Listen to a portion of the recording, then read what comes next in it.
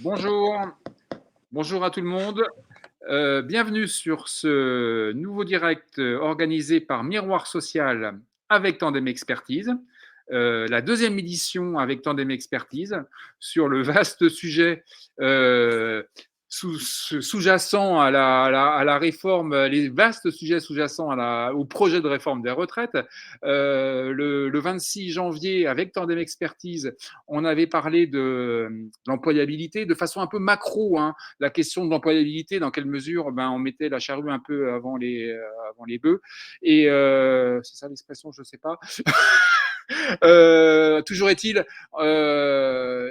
et là, on mettait vraiment l'accent sur les problématiques de taux d'emploi et l'hypocrisie et le décalage qu'il y avait entre la théorie et la réalité par rapport à l'emploi des seniors. Et aujourd'hui, ce matin, avec Tandem Expertise et Julie Bertin, qui est consultante en santé au travail chez Tandem Expertise, on va focuser, on va mettre le projecteur vraiment sur plus particulièrement sur les conditions de travail des seniors et la question de la soutenabilité du travail, au-delà même du fait qu'on soit senior ou pas. C'est-à-dire dans quelle mesure, qu'est-ce qui va faire qu'on va arriver en bonne santé en retraite, et a fortiori si celle-ci se rallonge. Donc merci à Tandem de porter cette thématique qui va se suivre par un troisième live qui est prévu vraiment sur le coût du senior. C'est comment on peut voir autrement le senior que comme un coût. C'est actuellement la grille de lecture d'un senior, c'est de le voir comme un coût. Comment on peut inverser ça et changer la donne là-dessus avec quelle autre grille de lecture. Donc ça sera à venir. Toujours est-il, ce matin, donc merci à nos trois intervenants qui vont ponctuer et illustrer le déroulé de l'intervention de Julie. Donc Bernard Saint-Langros, tu es médecin du travail. Alors un médecin du travail qui joue des prolongations. Donc, on parle bien de soutenabilité. Donc, tu es médecin du travail, tu as été président du syndicat CFE-CGC des médecins du travail et des professionnels de la santé au travail pour le compte de la CFE-CGC. Tu as été administrateur ATMP, de la branche ATMP, et actuellement, tu es président de l'INRS. Donc, pas mal de casquettes. Et sens-toi libre d'intervenir et de rebondir un peu sur ce qui va se dire. Franck Houlgat, toi, tu es donc le responsable de la fédération FO Santé et tu as une approche globale sur la santé privée et notamment les EHPAD, mais pas que, hein, les EHPAD du côté public et du côté privé. Ça sera intéressant de voir avec toi que dans quelle mesure, c'est un peu le même combat, hein, et que les problématiques, elles sont très transverses, qu'on soit dans le public ou dans le privé.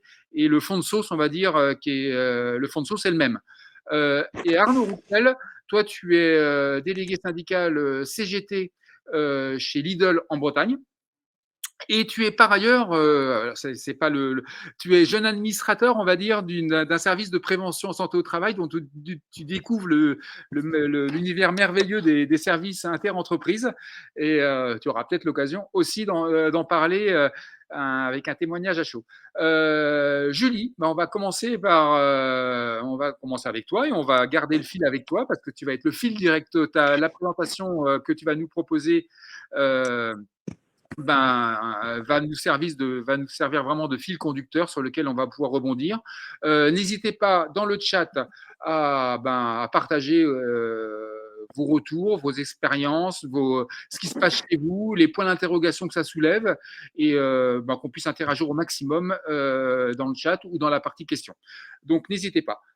C'est parti, Julie, je te donne la parole on va commencer sur un peu les données un peu macro, hein, sur la réalité de l'emploi du senior et sous l'angle des conditions de travail. À toi, Julie. Merci Rodolphe, bonjour à toutes et tous. On va effectivement aujourd'hui parler de soutenabilité du travail, d'usure professionnelle, de santé au travail, parce que ce sont tous ces sujets que soulève la réforme des retraites qui s'engage, avec cette triste réalité ici, qui est qu'à l'âge actuel du départ à la retraite, un quart des salariés les plus pauvres seront déjà morts et ne pourront donc pas profiter de cette retraite. La réforme qui s'engage risque d'aggraver la situation dont on va parler dans quelques instants, en accentuant les atteintes à la santé que l'on constate déjà chez les seniors, mais parfois aussi chez les plus jeunes, parfois dès le milieu de carrière, à partir de 40 ans, étant entendu qu'on parle des seniors à partir de 50 ans. Et puis on peut aussi imaginer une aggravation de l'impact sur la caisse d'assurance maladie en lien avec des arrêts de travail pour accidents, pour maladies ordinaires ou pour des maladies professionnelles qui pourraient aussi survenir en lien avec cette réforme et un âge de départ à la retraite qui se décale dans le temps. Le sujet qu'on va poser aujourd'hui, au-delà d'améliorer le taux d'emploi des seniors, dont on a effectivement déjà parlé dans le webinaire précédent, c'est surtout la question de la prévention des risques professionnels qui s'engagent assez peu aujourd'hui dans les entreprises et qui est un sujet absent de la réforme actuelle, même si certains groupes parlementaires font des propositions, on y reviendra tout à l'heure, sachant que nous sommes tous des seniors en devenir, donc ne pas enraciner ce mal de l'usure professionnelle à la source des tensions qui le causent est un vrai problème de santé majeure et de santé au travail en particulier. Si on regarde un petit peu en détail les indicateurs de santé au travail, pas seulement de santé générale, ces indicateurs interrogent la soutenabilité du travail qui est effectué par les seniors, mais également par tous les salariés tout au fil de leur carrière. Quand on regarde les accidents du travail chez les seniors, ils sont moins fréquents, mais ils ont des conséquences plus graves. Ils entraînent des arrêts maladie qui sont plus longs. Et surtout, les seniors sont surreprésentés parmi les accidents du travail qui entraînent une incapacité permanente, voire qui provoquent un décès, comme l'illustrent les deux graphiques ci-dessous. Quand on regarde l'absentéisme pour maladies ordinaires, donc pas nécessairement en lien avec le travail, on constate qu'ils ne sont pas plus élevés chez les seniors, mais là aussi, la durée d'absence est plus importante, et ça c'est vrai pour les seniors à partir de 50 ans, mais comme je le disais en introduction, également même chez les actifs en milieu de carrière, ce qui effectivement interroge la durée du travail qui va s'allonger par cette réforme. Les seniors sont également surreprésentés dans les maladies professionnelles ou à caractère professionnel, puisque plus d'une maladie professionnelle sur deux concerne un senior.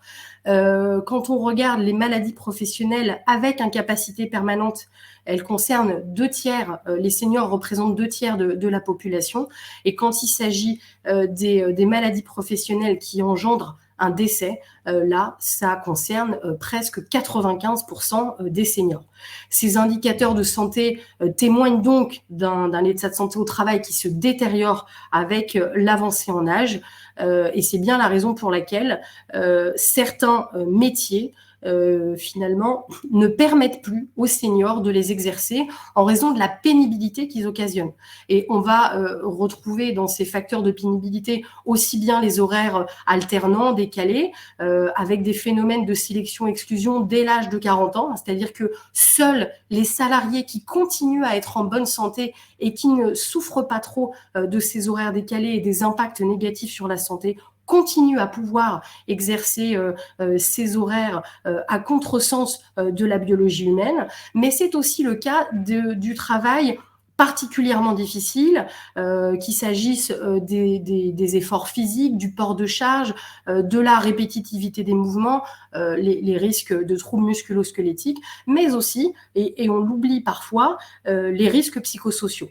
Sans compter, bien évidemment, les métiers qui sont soumis à de la polyexposition, c'est-à-dire à plusieurs de ces risques-là. Et l'on constate donc que parmi ces métiers très pénibles, les seniors sont de plus en plus absents parce que le travail n'est plus soutenable quand on avance en âge. En particulier, sur les troubles musculo-squelettiques, on voit que le siège des lésions change chez les seniors qui sont davantage concernés en ce qui concerne les reconnaissances de maladies professionnelles sur le trouble musculo-squelettique du membre supérieur plutôt localisé à l'épaule, là où les plus jeunes ont plutôt un siège des lésions sur le coude ou la main. Cela illustre surtout un échec de la prévention de ce risque-là, puisque finalement, si le siège des lésions change, on a encore ces maladies professionnelles très présentes, y compris chez les plus jeunes, quand on peut constater par exemple que les maladies professionnelles liées à l'amiante, qu'il s'agisse d'un cancer ou non, se sont réduits avec le temps, preuve d'une prévention assez efficace, puisqu'aujourd'hui, seuls certains métiers continuent à travailler plutôt pour du désamiantage, ce matériau n'étant plus aujourd'hui utilisé comme en première instance dans la construction. Mais ça illustre surtout un autre point qui est que puisque ces métiers sont particulièrement pénibles, en particulier le port de charge, en fait, on reporte les contraintes sur les plus jeunes, qui sont les seuls qui peuvent continuer à travailler et à exercer ces ports de charge et ces métiers pénibles. Si on regarde la mesure aujourd'hui de la pénibilité, un autre constat assez triste, c'est que le compte personnel de prévention de la pénibilité, qui était appelé donc le C3P, est devenu par une ordonnance Macron de 2017 le compte professionnel de prévention, où la pénibilité, mot interdit, a été supprimé. Et au-delà de la sémantique, qui a pourtant son importance, on constate surtout qu'à l'occasion du passage du C3P au C2P, on a 4 critères de pénibilité qui ne sont désormais plus pris en compte. Ces 4 critères de pénibilité devaient être traités dans le cadre de départ anticipé pour pénibilité, avec des conditions qui sont très restrictives, puisqu'il faut, pour que ces facteurs-là soient pris en compte, avoir soit une incapacité permanente supérieure à 10%, ou être victime d'une maladie professionnelle due à l'un de ces 4 facteurs. Donc, il n'y a plus de déclaration d'exposition à ces facteurs de façon automatique. Et d'ailleurs, on peut le constater sur le petit graphique de droite, entre 2017 et puis, enfin 2016-2017 et 2018, au moment où le passage au C2P arrive, eh ben, on a près d'un tiers des salariés qui étaient auparavant déclarés comme exposés à ces facteurs, qui le sont tout simplement plus. Et ça pose vraiment la question de la mesure réelle de la pénibilité avec ce C2P, parce que le passage au C2P a conduit à invisibiliser certains critères de pénibilité. Je rappelle ici un petit schéma qui permet de voir comment on obtient les points pénibilité. Donc 3 mois d'exposition à un facteur donne droit à 1 point qui est doublé en cas de polyexposition. On peut cumuler jusqu'à 100 points maximum, dont 80 sont réservés au départ à la retraite.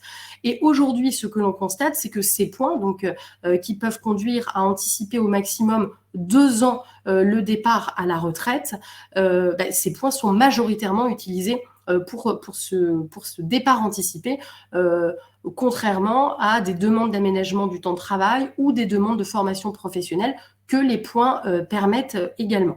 Et je rappelle que quand on parle des seniors, ce sont bien les salariés donc de 50 ans et plus. Aujourd'hui, ce que prévoit la réforme en lien avec justement cette pénibilité, il y a ce qui est envisagé, un fonds d'investissement dans la prévention de l'usure professionnelle avec des actions de prévention, mais qui sont là réservées à des actions de prévention plutôt secondaires ou tertiaires, c'est-à-dire que les troubles à la santé sont déjà présents, on n'intervient pas en amont des risques en prévention primaire. On a aussi peut-être une réflexion sur ces 4 critères supprimés du C3P sans qu'ils ne soient réintégrés. Le gouvernement préfère insérer des risques ergonomiques et préfère abaisser les seuils à partir desquels on peut être considéré comme exposé aux risques retenus. C'est-à-dire qu'on va potentiellement augmenter les mesures de compensation, mais pas se poser la question en amont des risques auxquels sont soumis les salariés. Et on constate qu'aucune mesure de prévention primaire n'est envisagée par la réforme. Alors, il y a la question de l'index senior, hein, qui est aussi une proposition dans cette réforme, mais il n'y a pas d'incitation à des mesures de prévention. Une simple sanction financière en cas de non-publication de l'index, pouvant aller jusqu'à 1% de la masse salariale, qui serait reversée à la Caisse nationale d'assurance vieillesse. Ce que l'on constate dans cette réforme, c'est surtout qu'il y a un sujet majeur qui est absent des propositions du gouvernement, c'est l'amélioration des conditions de travail, la prévention des situations de pénibilité. Et d'ailleurs, un amendement déposé par la NUPES liste justement des thèmes que l'employeur devrait prendre en considération pour améliorer l'embauche et le maintien en activité des seniors. Un autre amendement a également été déposé par des députés Renaissance, hein, donc des députés de la majorité, qui visent à faire de l'emploi des seniors et de l'amélioration des conditions de travail un sujet de dialogue social dans les NAO qui s'appliquerait à toutes les entreprises, y compris les plus petites, à l'instar de l'index Égalité Pro. Parfait. Merci Julie pour cette introduction. Je vais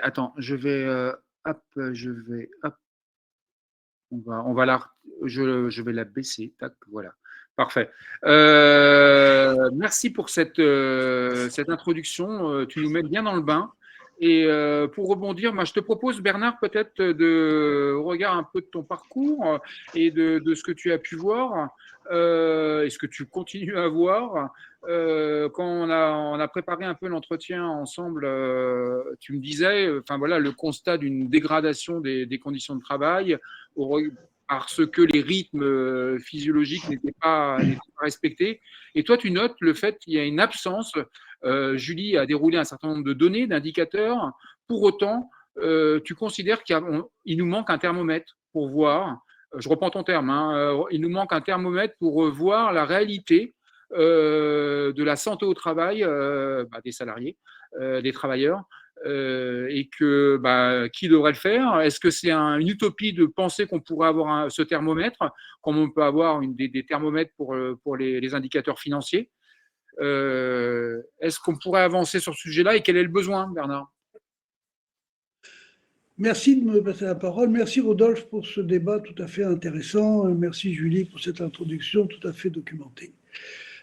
Effectivement, comme tu as pu le dire de ma carrière, j'ai eu une vision tout à fait intéressante sur le sujet. Et ce que je voudrais dire, c'est que tout l'énervement, la motivation, la mobilisation des gens, et je vois parce que j'y participe au défilé sur la retraite, c'est rarement aussi engagé, aussi mobilisé et fortement. Et pourquoi? Certes, on augmente la retraite, c'est pas sympa. On diminue le nombre de jours de vacances longues, etc.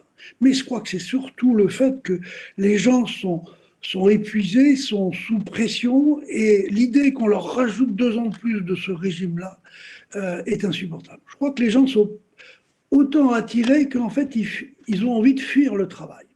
Moi, je vois là, il n'y a jamais eu autant de charges de travail, que ce soit physique ou psychique, chez les salariés. Au jour d'aujourd'hui, on en parlait entre médecins du travail récemment, on estime qu'un salarié d'aujourd'hui fait le boulot de 3 salariés d'il y a 30 ans. Il y a une complexité, une instabilité des repères, et puis une charge de plus en plus lourde, etc., etc. Et puis, toute une pression psychologique et une charge psychologique qui n'existait pas autrefois, ça c'est vrai.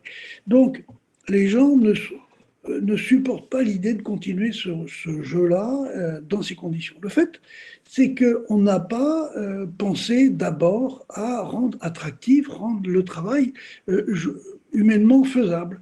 Et bien au contraire, on l'a aggravé. Le problème, c'est qu'on essaye par des artifices comme de faire de la prévention en s'appuyant sur la pénibilité, repérer les salariés fatigués, etc. C'est la mauvaise solution.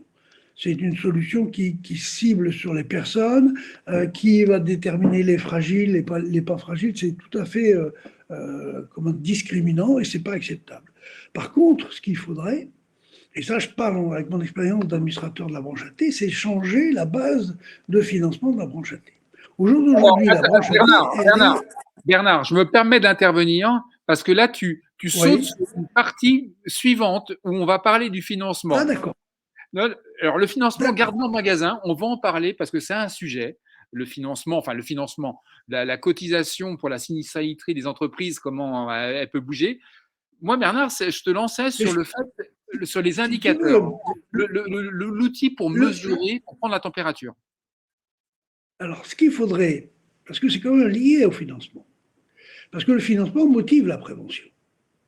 Si tu as un financement qui est lourd, et ça, les assurances privées, elles savent le faire. Quand tu as 2 accidents avec ta bagnole, tu as des difficultés avec ton assurance. Si une entreprise a 2 accidents de travail, la Sécu te rajoute une prime pour que tu continues. Non, il y a un problème de motivation par la branche AT qui n'est pas à la hauteur du problème. Et c'est de la prévention. Alors des indicateurs, oui, on pourrait en faire. Et c'est là où je pense que la base du financement doit être non plus sur le nombre d'AT, mais sur les contraintes constatées par des inspecteurs de la CARSAT et de la médecine du travail, des contraintes existantes dans l'entreprise, c'est-à-dire avant l'accident. Vous travaillez sans filet, vous travaillez en faisant plus bruit, vous travaillez dans les toxiques, ok, on note, on cote, et vous allez payer plus cher. Et ça deviendra rentable de faire de la prévention. Tout le problème, il est là, parce que l'économie, qu'on le veuille ou non, ça mesure, ça majore. Alors, de l'évaluation, on sait en faire. On regarde les médecins experts, j'ai fait un peu d'expertise autrefois, ils savent très bien coter les choses, ils savent très bien les situations, et les inspecteurs d'assurance privée, ils savent très bien coter. Mais ce qui manque, c'est la motivation, c'est le barrage, parce que je me souviens de la refondation en 2000, où les employeurs étaient partis billes en tête pour dire on va supprimer la branche AT, ça va coûter moins cher. Puis quand ils ont fait leurs calculs, ils sont aperçus que la branche AT coûtait 2 fois moins cher que le privé. Parce qu'il y a plein de filtres qui atténuent l'impact des accidents de travail et des maladies professionnelles. C'est complètement sous-évalué les AT, les MP. Donc, les indicateurs, ça peut se trouver dans une démarche organisée qui pourrait être coordonnée par le CEPOM entre les services de santé au travail et les CARSAT dans une démarche un petit peu novatrice, hein, quand même. Mais il y a quelques petites modifications qu'il faudrait faire, notamment changer la gouvernance des services de santé au travail qui sont trop à majorité patronale et la formation des médecins du travail qui est faite par des universitaires qui n'ont jamais mis les pieds dans une entreprise. Ce qui fait qu'il leur faut un bout de temps pour comprendre comment ça marche une entreprise. Donc les indicateurs, c'est possible. Je n'ai pas la liste comme ça, mais c'est mesurable. On sait mesurer des choses. On sait bien faire des Airbus, on sait bien aller sur la Lune. On va savoir mesurer les conditions de travail d'un maçon, d'un électricien ou d'un rédacteur de contrat d'assurance. Hein. Ça, c'est faisable. Ça. Il suffit de quantifier, d'examiner et d'expertiser. Et ça, et je note bien effectivement que pour toi, c'est lié à la capacité à les financer, à mesurer la sinistralité qu'il y a derrière. C'est ça qui motive, si tu veux. Moi, je suis parti bien en tête dans ma carrière syndicale, et puis au bout du bout, tu t'aperçois qu'il n'y a pas de sentiment, il n'y a qu'une chose qui motive, c'est le fric. Donc il faut que l'accident de travail, la maladie professionnelle, ça coûte la peau des fesses aux entreprises. Et à ce moment-là, ils feront gaffe. Aujourd'hui, ça ne leur coûte pas la peau des fesses. Ok, parfait. Merci Bernard. Alors, transition avec Franck Houlgat. Alors, toi, tu représentes la fédération FO Santé Privée. Et pareil, quand on a cadré, alors, la transition avec Bernard, elle est un peu trouvée. Tu m'expliquais qu'au regard du taux d'inaptitude, d'invalidité qu'il y a dans le secteur que tu représentes, qui est supérieur à celui du BTP, que d'ailleurs, Bernard, tu es médecin du travail, principalement sur un secteur qui est celui du BTP. Et ben, Franck, tu dis que dans le secteur de la santé privée, les taux de sinistralité sont au-dessus. Ça a des incidences claires et précises sur les finances des régimes qui couvrent d'ores et déjà ces arrêts. À partir de là, c'est quoi, Franck, toi, le constat que tu fais là-dessus?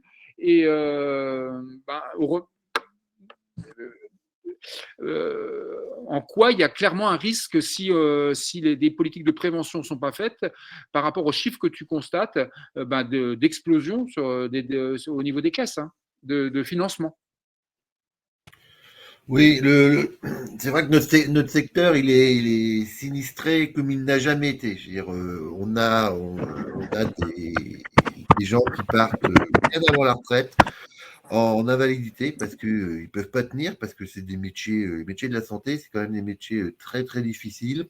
On côtoie la mort, on côtoie la violence, on côtoie il faut porter les gens, donc on a beaucoup de maladies professionnelles squelettiques, plus toute la charge mentale qui est énorme. Et on a énormément de démissions, on n'en a jamais vu autant, et pas que des jeunes. Alors, plus de jeunes que d'anciens, parce qu'effectivement, c'est plus facile d'aller rechercher du travail à 30 ans qu'à 50 ans. Mais on a aussi des plus anciens qui partent pour aller faire autre chose et pour quitter le métier. C'est ce qui est quand même nouveau. C'est il y a quelques temps, moi j'ai rencontré un salarié qui est parti pour aller travailler dans l'industrie sous scaphandre pour poncer, je ne sais plus quoi, enfin un truc assez physique pour le même salaire. Et sa motivation de quitter le secteur, c'est de me dire quand je rentre chez moi, je ne me demande pas si j'ai tué quelqu'un dans la journée. Et cette usure-là, on ne la quantifie pas. Mais ça fait partie aussi de la pénibilité du travail. Et aujourd'hui, effectivement, on a beaucoup de salariés qui, à partir de 50, 55 ans, se retrouvent en longue maladie.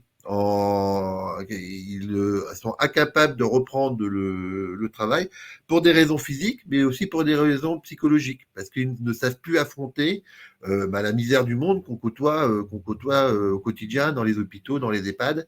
Et voilà. Donc, tout le temps que l'État ne mettra pas les moyens pour pallier à ça, je veux dire, on n'en sortira pas. On se mord la queue avec cette histoire-là. On a de moins en moins de salariés qui veulent venir bosser dans le secteur, donc ça alourdit la charge de travail. Il y a de plus en plus d'arrêts, ça alourdit la charge de travail, donc ça entraîne de nouveaux arrêts. Et puis c'est sans fin. C'est vraiment sans fin. Donc, en finale, on va avoir nos caisses qui vont exploser. Hein. C'est effectivement, hein, si on passe à 64 ans, il a imaginé. Aujourd'hui, on peut rentrer en EHPAD à 60 ans. Et on va avoir des gens jusqu'à 64 ans qui vont s'occuper de gens dans les EHPAD. C'est inconcevable. C'est des boulots qui sont tellement difficiles. Les horaires sont difficiles. C'est des horaires sur le matin, l'après-midi, la nuit, les week-ends. Quand on travaille dans la santé, en milieu hospitalier, en EHPAD, minimum, on loupe la moitié des fêtes de famille, la moitié des anniversaires. Et tout ça, ça pèse sur une carrière. Ça pèse.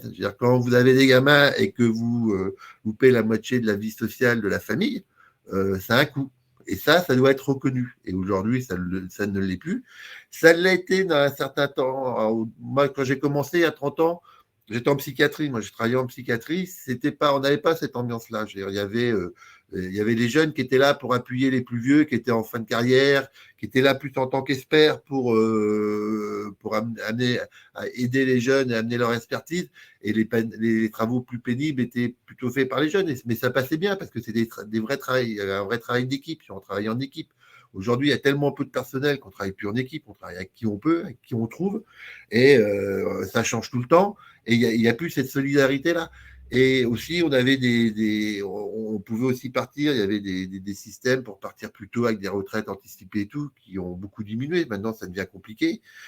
Sur la 51, on peut encore partir en bradant la prime de départ en retraite et en la convertissant en temps. Sauf qu'aujourd'hui, nous, on a des salariés qui sont dans ce cas-là, qui ont sacrifié leur prime de départ en retraite pour partir un peu plus tôt parce qu'ils n'en pouvaient plus et qui risquent de devoir retourner travailler parce que si ça passe à 64, ils n'auront pas assez pour aller au bout. Donc, c'est des gens qui ne reviendront jamais, on le sait, ils se mettront en maladie. Donc, ça va encore creuser les caisses. Je veux dire. Donc, voilà, c'est vraiment un cercle vicieux. Et tout le temps qu'on ne mettra pas les moyens sur ce secteur-là, il va continuer à être sinistré. Et on travaille quand même avec de l'humain. Et au bout du bout, ça fait des morts. Ça fait des morts, on l'a vu nous pendant la crise Covid, où on n'a pas été en capacité de soigner correctement les anciens dans les EHPAD, par exemple. On était incapable de les envoyer dans les services d'urgence parce que c'était saturé. Donc, il faut du personnel, nous réclame un personnel pour un résident en EHPAD, c'est pas pour rien. C'est ça aussi qui fera qu'on pourra aller au bout de la carrière tranquillement parce qu'il y aura assez de personnel pour pouvoir travailler sans aller, on a l'impression d'aller au charbon aujourd'hui. Je veux dire, on a des pays les plus riches au monde, on est en 2023 et on a l'impression d'aller au charbon. C'est pas normal. Merci Franck, merci pour cet éclairage sur le fait, on parle souvent de la santé, du travail en EHPAD sur la pénibilité physique, hein, la charge physique, et merci à toi de bien souligner l'importance, les incidences psychologiques que ça a, hein, au-delà du physique, et justement que le collectif peut permettre de pallier à des contraintes physiques. Et quand il n'y a plus le collectif, et ben là, il n'y a vraiment plus rien en termes d'amortisseurs et de support. Donc, merci de cet éclairage sur cette dimension psychologique. Et merci à toi, Franck. Arnaud, donc tu es représentant CGT chez Lidl en Bretagne. Et c'est peut-être un peu plus micro, mais moi, je te lance sur le sujet suivant. C'est chez vous, il y a, comme dans pas mal dans votre secteur, il y a des inaptitudes importantes par rapport à la pénibilité du métier, surtout dans une entreprise comme Lidl qui cultive un caractère, comme tu me disais, ultra productiviste. Dans ce cadre-là, paradoxalement, tu pourras l'expliquer un peu plus tard, mais le taux d'inaptitude baisse chez vous. Comment on l'explique? Et c'est simplement pour illustrer le fait, Julie a décliné un certain nombre d'indicateurs, mais il y a des biais dans ces indicateurs, on peut les voir d'une certaine façon, et il ne faut pas les prendre de but en blanc. Et toi, tu as un exemple à nous rapporter sur une baisse factuelle des aptitudes, mais qui recouvre une réalité peut-être radicalement différente. Oui, parce que si tu veux, quand je suis arrivé en 2015, en tant que délégué du personnel, j'ai connu en fait l'inaptitude chez Lidl, c'est-à-dire la procédure de non-reclassement qui est standardisée, hein, où ça passe de manière industrielle. On propose un poste à l'autre bout de la France en administratif pour des salariés qui ont tout le temps travaillé plutôt dans le physique en tant que équipière polyvalente, qui est l'équivalent des caissières chez nous, ou chef-caisse, ou voilà, c'est des métiers physiques qui au bout d'un moment, ça peut arriver très vite, mais en général, c'est au bout de 10 ans, 15 ans, on voit que voilà, ça commence à peser. Et là, on est dans les TMS, et puis à un moment, ça craque. Et le salarié, il se retrouve à être inapte, déclaré inapte, puis reclassement, mais dans un système qui fait qu'on lui propose de l'administratif, et puis c'est toujours à l'opposé de sa résidence en tant que salarié, qui vit en Bretagne et qu'on propose Strasbourg ou la région parisienne ou la Provence, quoi. C'est un système qui fait que, c'est intégré pour que le salarié, et là on rejoint un peu ce que disait Julie, hein, c'est-à-dire s'exclut du travail et qu'il y a une sélection qui se fait. Et alors la sélection, elle se fait déjà avant l'inaptitude, hein, puisque la sélection se fait, comme elle le disait, au bout d'un moment, on ne peut plus, donc on cherche du travail ailleurs. Les conditions de travail se dégradent puisqu'on travaille de plus en plus le dimanche. Les horaires changent tout le temps, les plannings, etc. ne sont pas du tout stabilisés, en particulier en magasin, parce qu'il y a des absences. Tout ça, ça pèse. Et l'inaptitude, on va dire, c'est le bout du bout. Mais avant, il y a tout un système pour faire partir les gens ou que les salariés partent d'eux-mêmes.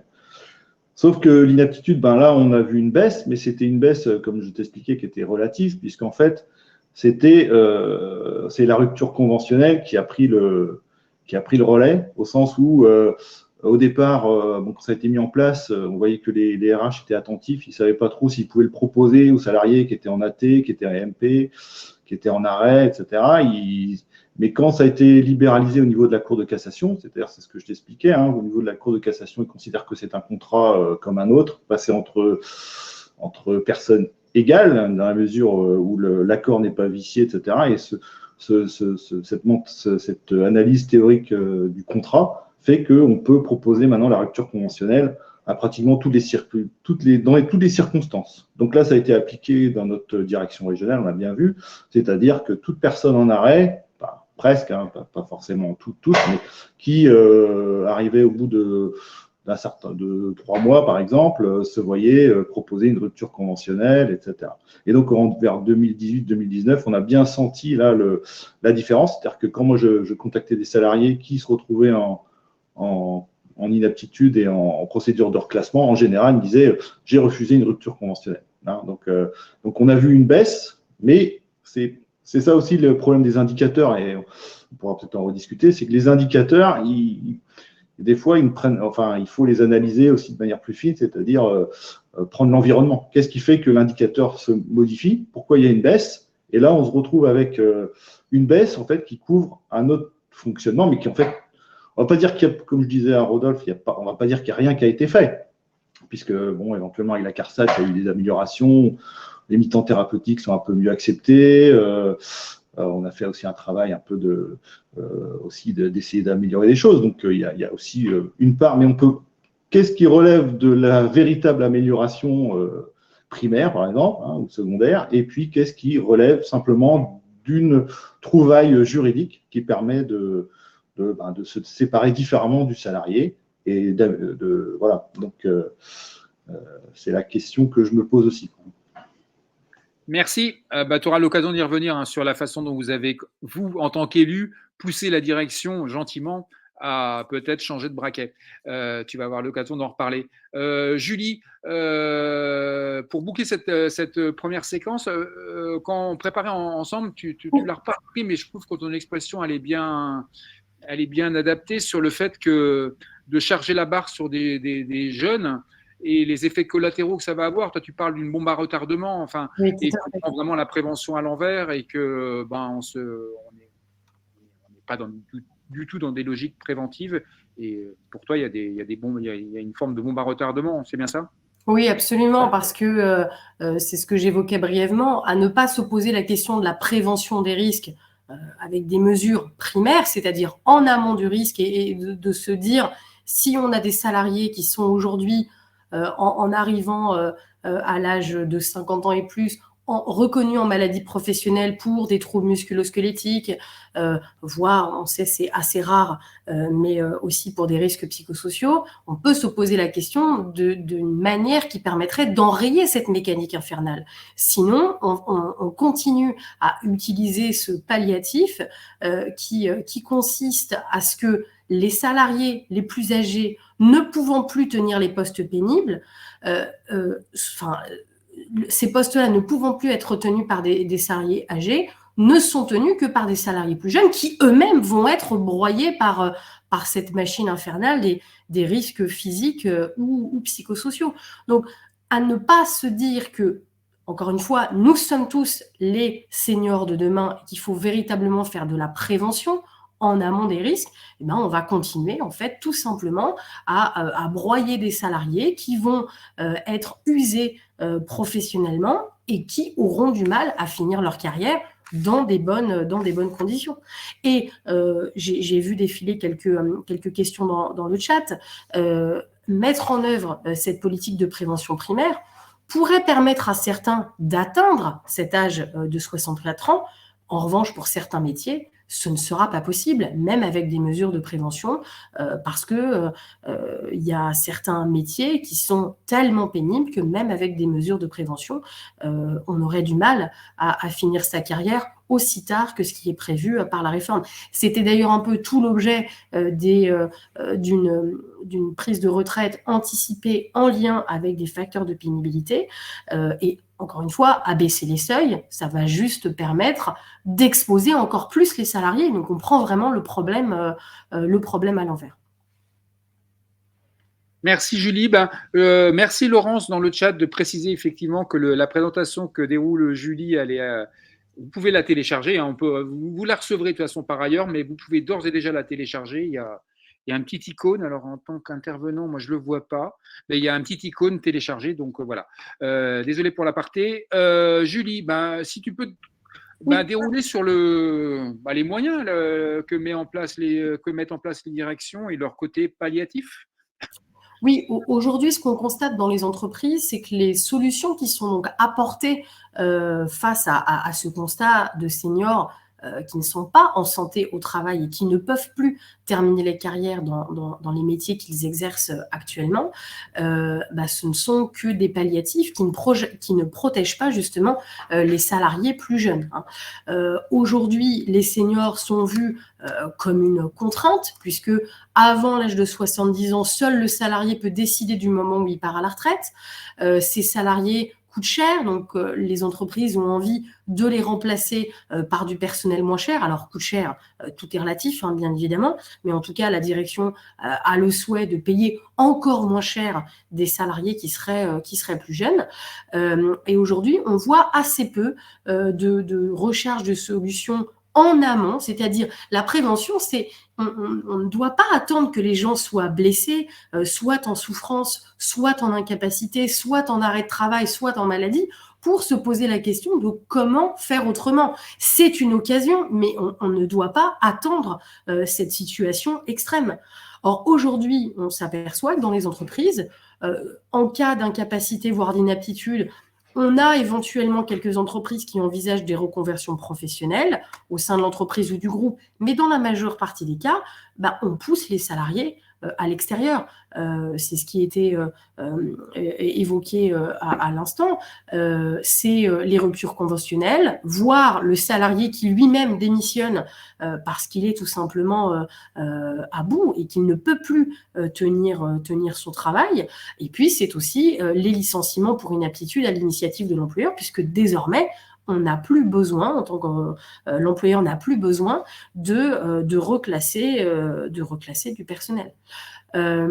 C'est vraiment tragique parce que on contraint les salariés tout au long de leur carrière sans trouver de solution en amont pour éviter la casse, et on pousse tout simplement les salariés vers la sortie. En tout cas, aujourd'hui, c'est ce qu'on constate dans la plupart des entreprises. Et ce qui est mis en avant très souvent par les employeurs, c'est de dire oui, mais la prévention des risques, ça va nous coûter très cher. Alors que on sait très bien que les coûts indirects sont jusqu'à 4 fois plus importants que les coûts directs liés à la maladie, aux accidents du travail, à l'inaptitude. Et en fait, le manque d'investissement en prévention des risques professionnels, ça coûte quand même à l'entreprise. Parce que quand vous avez un salarié qui est absent, c'est de la perte de production au sens large du terme, c'est la désorganisation du travail, c'est le remplacement par les autres collègues des absents, c'est-à-dire que là aussi, on fait porter plus de charges physiques ou mentales sur ceux qui sont présents. Alors, la cotisation employeur qui peut augmenter quand on dépasse très largement les seuils, mais M. Salingro le disait très bien, c'est quand même pas très... on ne sanctionne pas assez les employeurs au portefeuille pour que ça permette de vraies mesures incitatives. Et puis, en cas de sortie du salarié, l'indemnisation est plus importante en cas de licenciement pour accident du travail ou inaptitude. C'est des plans de départ volontaires qui vont coûter cher aussi à l'entreprise. Et puis, des coûts qui sont un peu cachés en lien avec le départ des compétences, le recrutement de nouveaux personnels, la formation, la montée en compétences des novices. Donc, cette absence d'investissement au motif que ça coûterait cher est en fait un calcul où on ne met pas tous les éléments dans la balance. Et surtout, je l'évoquais brièvement tout à l'heure, les solutions palliatives qui consistent à sortir les seniors n'enrayent pas cette mécanique d'usure professionnelle. On reproduit à l'infini une usure professionnelle parce que les bien portants, les actifs bien portants d'aujourd'hui seront les seniors de demain. Si on ne protège pas maintenant les plus jeunes, on va continuer à avoir des seniors qui ne sont plus en capacité de réaliser leur travail. Et aujourd'hui, c'est l'ANACT qui le dit, l'Agence nationale pour l'amélioration des conditions de travail, pour prévenir l'usure professionnelle, il faut d'abord avoir un diagnostic précis de ces indicateurs de l'usure professionnelle et des facteurs qui sont à l'origine de cette usure. Facteurs de risque physique, facteurs de risque psychosociaux. Et évidemment, il faut chercher à améliorer l'organisation du travail, la rendre soutenable avec des réflexions sur les facteurs de risque. Est-ce que vraiment on a besoin de produire de l'alimentation à 2 heures du matin et de faire travailler des gens en 3-8 ou de travaillant la nuit Est-ce que c'est véritablement indispensable? Il y a peut-être des métiers où on peut se dire que c'est l'essence même du travail qu'il exige, mais dans la plupart des cas, ce n'est pas du tout obligatoire. On pourrait se poser la question justement des rythmes biologiques, des charges physiques, et surtout, il faut pouvoir construire un parcours professionnel qui permette d'améliorer l'employabilité des seniors, mais pas que, tout au long de sa carrière professionnelle. Et ça, Julie, oui. Peut-être les interventions là, tu as passé 2 slides. Oui. Et déjà, sur un premier point, si tu peux revenir un tout petit peu en arrière, excuse-moi. Bien sûr. Encore avant. Celle-ci. Celle-ci sur la porte de sortie. Bernard, si tu peux intervenir sur toi en tant que médecin du travail, j'entends, les salariés qui demandent à être. Est-ce que c'est une réalité? C'est quoi la réalité du salarié qui va demander à son médecin du travail de le mettre en inaptitude? Comment tu la qualifies? On peut penser que c'est le médecin du travail qui va proposer une inaptitude. Or, on entend de plus en plus souvent, c'est comme on dit, je vais me mettre en arrêt. Je vais demander l'inaptitude. C'est quoi la réalité de ça, Bernard?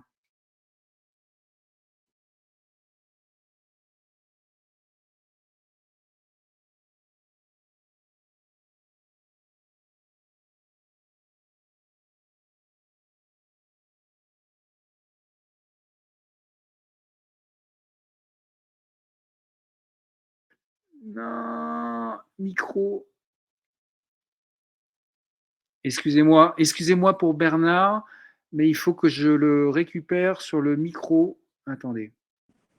J'ai compris. Yes. Okay. Bon, tu as le droit de répéter depuis le début. Voilà. Désolé. Hein. Bon. Décidément, je ne suis pas très habile. Tout à l'heure, j'ai essayé de répondre à une question qui me paraît importante.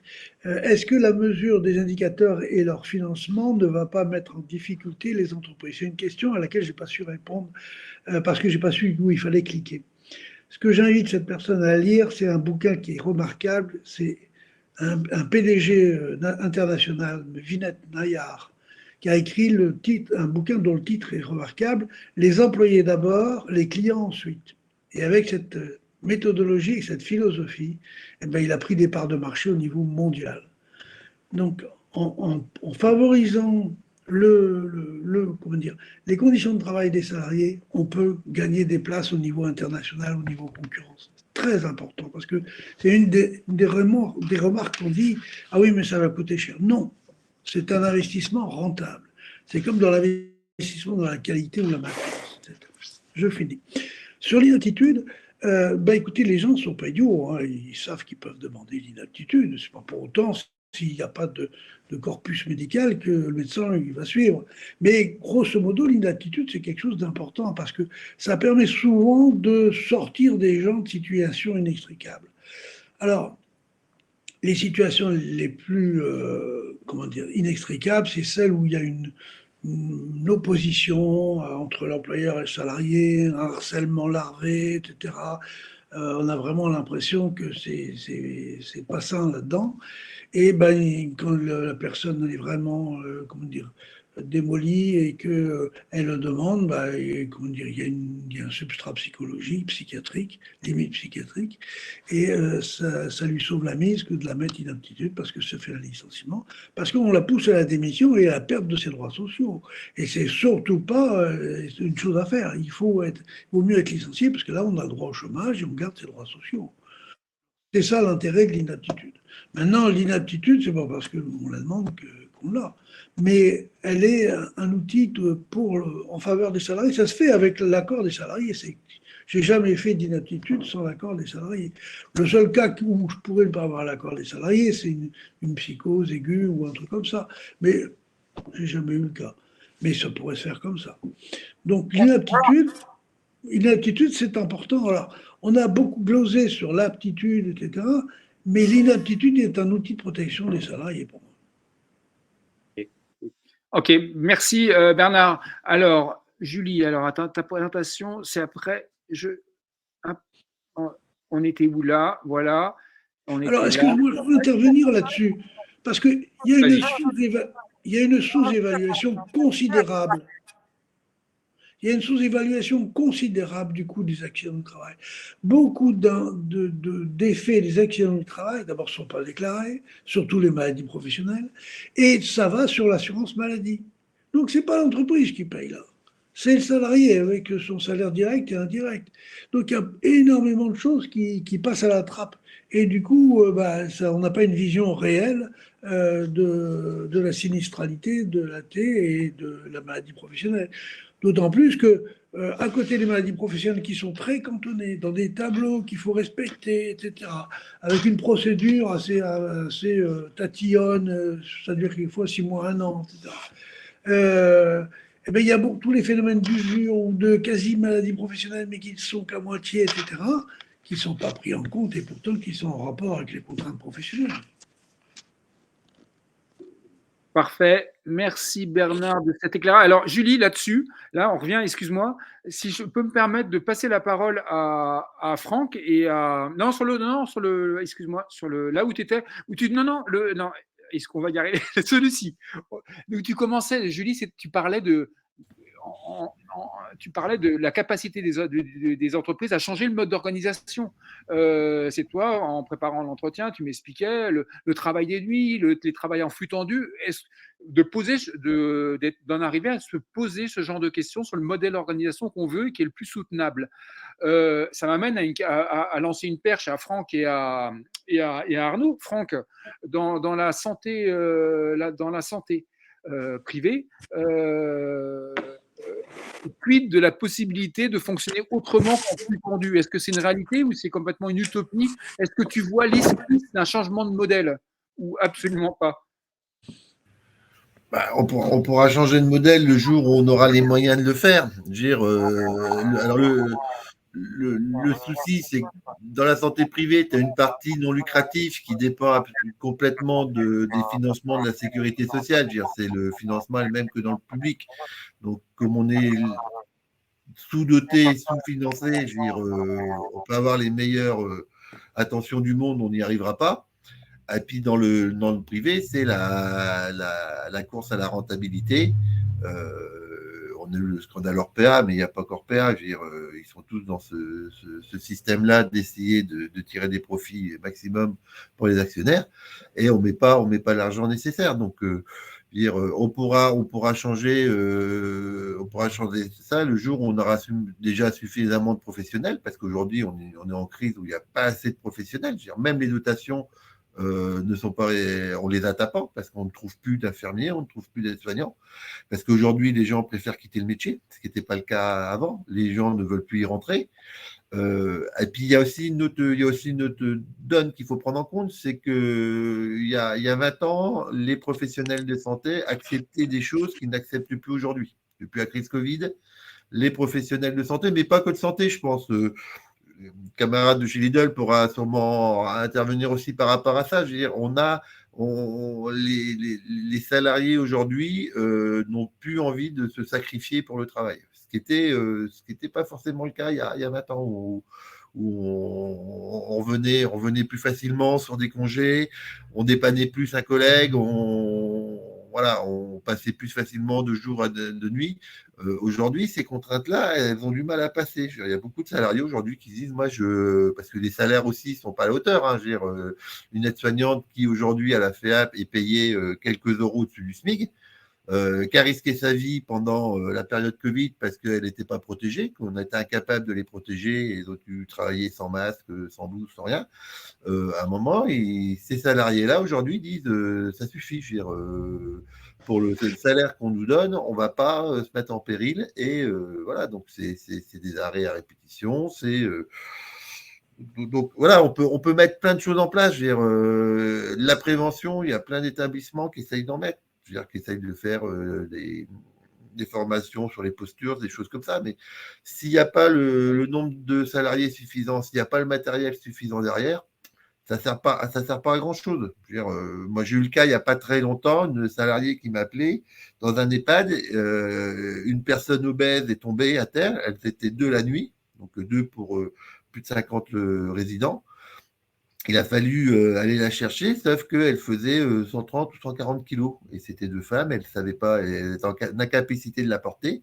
Donc, ils ont été chercher le lève-malade, mais le lève-malade, il ne rentre pas dans la chambre, parce que la chambre n'est pas adaptée. Donc, il a fallu qu'il la traîne au sol pour la sortir dans le couloir, pour la mettre, pour pouvoir la prendre avec le pèse, le lève-personne, et la remettre dans un lit. Et ça leur a valu une sanction pour maltraitance. Voilà, c'est la réalité du terrain. C'est des choses qu'on voit régulièrement comme ça. Donc, ça veut dire, on peut mettre tous les plans en place. Aujourd'hui, nous, quand on voit les plans qui sont mis en place pour faire de la prévention, c'est un peu comme si on mettait un sparadrap sur une artère sectionnée. Ça peut cacher un petit moment, mais pas très longtemps. Ça, très vite, ça saute. Merci à toi. Si je peux intervenir, il y a un phénomène qui est intéressant à repérer. Ça a été fait par le syndicat des infirmiers de la CGC. C'est que la durée de vie des infirmières, non pas durée de vie professionnelle, elle n'est pas longue. Elle est 7 à 8 ans. Et après, elle se taille parce que ce n'est pas supportable. Et puis en plus, il y a le travail administratif qui les supporte, surtout dans les hôpitaux, qui est devenu considérable parce qu'il y a une espèce de cantophrénie. Cantophrénie, c'est une maladie de je compte tout et je compte tout, quoi. Et je demande des rapports administratifs qui ont surchargé le travail des soignants. Arnaud, Ouais, est-ce qu'on peut croire que Lidl va. Enfin, c'est quoi l'évolution du modèle ultra productiviste que tu as décrit de Lidl? Quelles sont ses capacités d'évolution pour être plus soutenable?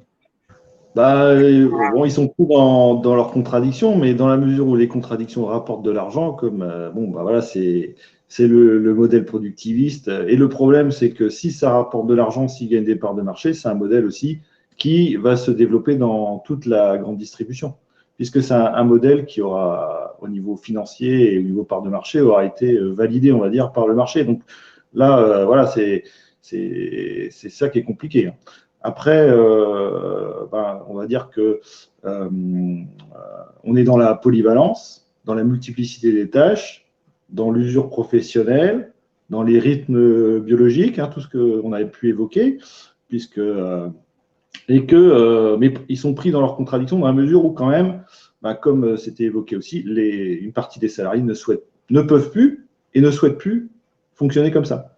Et donc, ça veut dire qu'ils sont toujours essayer de manier les deux aspects, c'est-à-dire d'un côté continuer sur la performance parce que c'est comme ça qu'ils estiment qu'ils réussissent, hein, financièrement et économiquement, et d'un autre côté faire face au départ constant, au renouvellement constant des salariés. Donc, ça veut dire que des gens qui arrivent, mais sans forcément être compétents sur les tâches. Donc, il faut les intégrer dans les magasins, etc. Il faut les former. Mais à peine ils sont formés, ils sont déjà partis. C'est d'autres qui arrivent, etc. Donc, ils sont en train d'essayer d'essayer de trouver des moyens pour que les gens continuent à venir frapper à la porte de Lidl. Et c'est pas toujours facile, hein, parce que on travaille de plus en plus le dimanche matin. Voilà, donc le rythme n'est. Alors donc ils sont en train d'essayer de trouver. Alors on verra si c'est vraiment sérieux ou pas, mais ils sont en train d'essayer de réfléchir en magasin sur des nouveaux modèles d'organisation du travail, sur le planning, etc. Ils vont faire des tests sur différents modèles pour voir un peu, pour justement essayer peut-être de conserver un peu plus que les jeunes, de les voir moins partir, etc. Mais toujours derrière, il y aura toujours la question des moyens, hein, comme ça a été évoqué aussi par d'autres. Donc la question des moyens, c'est-à-dire si de toute façon derrière c'est la performance, à un moment donné, même les nouvelles, l'innovation plutôt, va devoir se rentrer dans le modèle productiviste. Et c'est là que ça va montrer ses limites, je pense, assez rapidement, parce que les moyens mis en place ne correspondront pas aux objectifs humains derrière, quoi. Entendu. Merci Franck. Julie, je te propose de reprendre la main et de rebondir comme tu le sens aussi sur un peu ce que tu as pu entendre. À toi la main.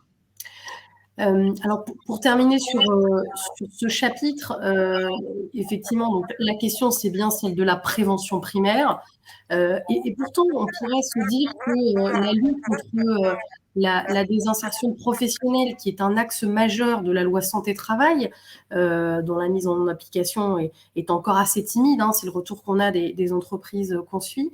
On pourrait se dire que cette lutte contre la désinsertion professionnelle va être en faveur d'une prévention, hein, notamment parce que les services de prévention et de santé au travail doivent mener une politique de prévention de la désinsertion professionnelle avec la mise en place d'une cellule dédiée, de manière à proposer donc des actions de prévention collective, d'améliorer les conditions de travail et donc d'éviter l'inaptitude.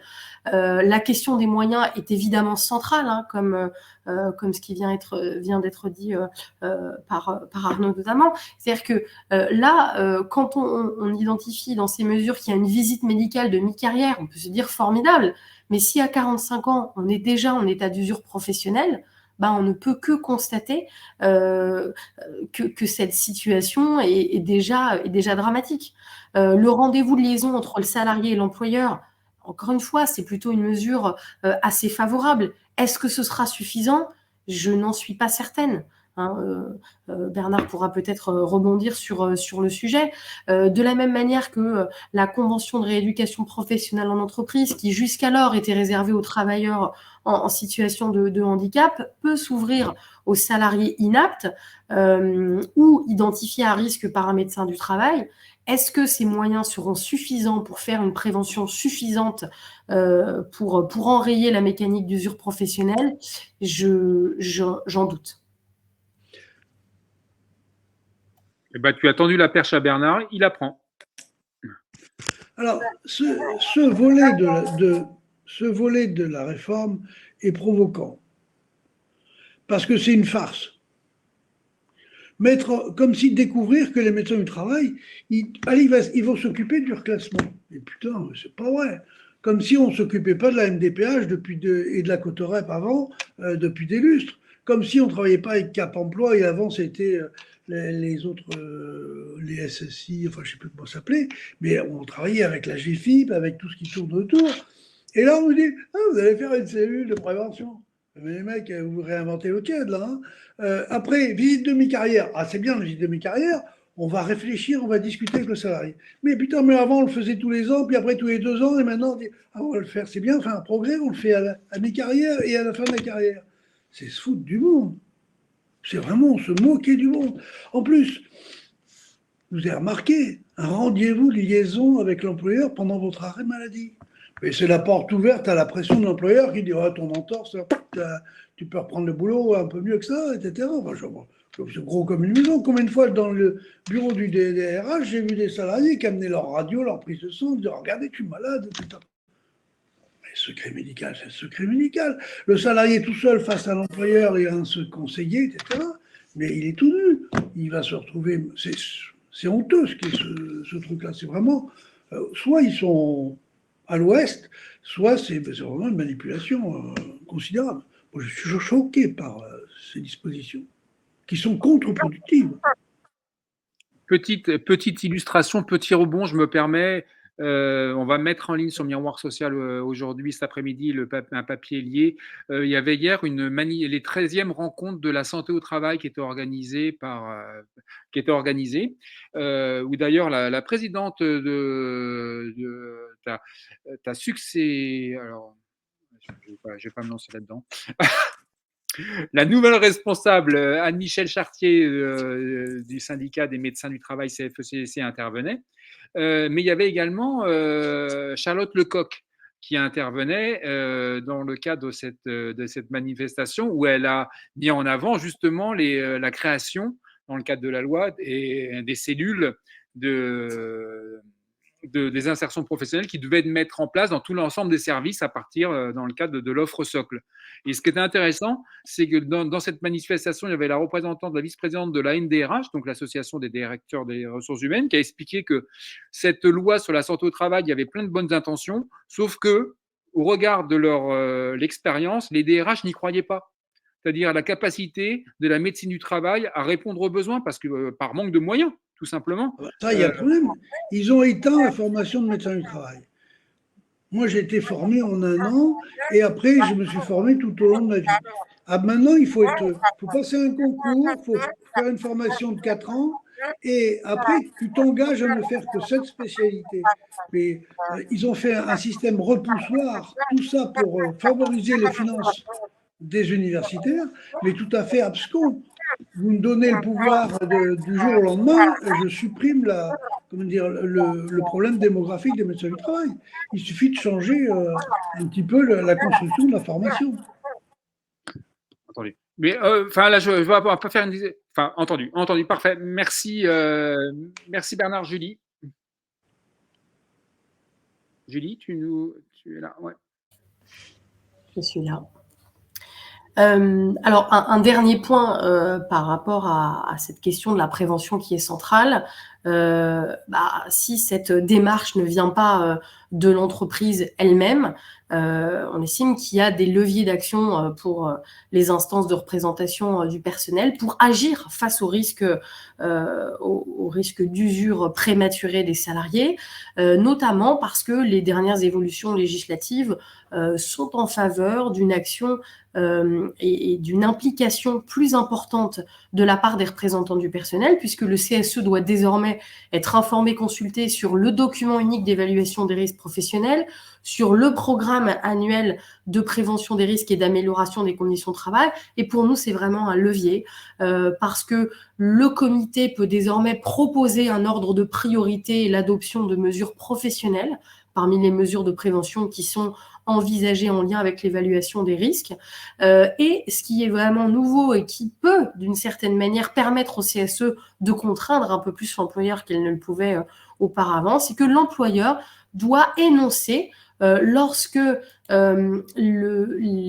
certaines mesures ne sont pas mises en œuvre, les motifs de cette inexécution, et ça doit figurer en annexe du rapport annuel. De la même manière que les mesures de prévention de ce programme annuel de prévention des risques et d'amélioration des conditions de travail doit désormais préciser les conditions d'exécution de ces mesures, les indicateurs de résultats, comment est-ce qu'on va vérifier que ces actions sont efficaces ou pas, quelle est l'estimation du coût, qui sont les personnes en charge de ces actions et surtout le calendrier de mise en œuvre. Un autre levier, à notre sens, que les représentants du personnel sur lequel ils peuvent s'appuyer, c'est bien sûr améliorer la qualité du diagnostic à l'occasion de son information-consultation sur la politique sociale, emploi, conditions de travail, être bien sûr donc force de proposition sur le document unique et le PAPRIPACT, et puis détecter aussi des situations où les indicateurs de santé au travail sont dégradés et qui peuvent qualifier une situation de risque grave. Du côté des organisations syndicales, c'est aussi l'occasion de négocier sur différents thèmes, comme ça a déjà été évoqué dans le précédent webinaire, c'est-à-dire à la fois les négociations sur la gestion des emplois et des parcours professionnels, mais aussi sur la qualité de vie et des conditions de travail, l'égalité professionnelle, et puis éventuellement négocier spécifiquement aussi un accord sur les seniors. Repérer les symptômes de l'usure professionnelle est pour nous vraiment la première étape de la démarche de prévention qui peut s'engager. Bien évidemment, un des leviers, c'est de s'appuyer sur le service de prévention et de santé au travail, avec encore une fois ce renforcement officiel qui permet, qui en tout cas entérine les actions qui étaient déjà menées par les services de prévention et de santé au travail depuis des années. Mais là, en tout cas, c'est réaffirmé par cette loi sur la prévention des risques professionnels, l'accompagnement des entreprises dans l'élaboration du document unique, et puis des actions de prévention aussi pour la prévention des risques et donc la santé des travailleurs, et puis au travers de cette prévention de la désinsertion professionnelle, c'est aussi un moyen d'identifier de façon plus précoce les causes qui peuvent conduire les salariés seniors à être en difficulté pour terminer leur parcours. Les autres moyens d'action à la disposition du CSE, c'est bien sûr par le biais des inspections de routine. Le CSE peut procéder à intervalles réguliers à des inspections en matière de santé, sécurité et conditions de travail. Ça correspond aux anciennes inspections des CHSCT. C'est aussi l'occasion, lorsqu'il y a malheureusement un accident du travail, une maladie professionnelle ou un droit d'alerte lancé pour danger grave imminent pour les élus, de réaliser une enquête qui permet là aussi d'identifier des facteurs de risque et envisager des mesures de prévention et les proposer à l'employeur. Et puis c'est aussi malheureusement lorsque le bilan des conditions de travail et des risques professionnels auxquels sont soumis les salariés est assez terrible pour identifier des risques pour la santé du personnel. C'est l'occasion aussi de réaliser une expertise pour risques graves qui permettent de mettre en lumière, encore une fois, les difficultés, les facteurs de risque professionnels et surtout identifier des préconisations, des actions durables pour agir en prévention des risques et amélioration des conditions de travail. Parfait, merci Julie.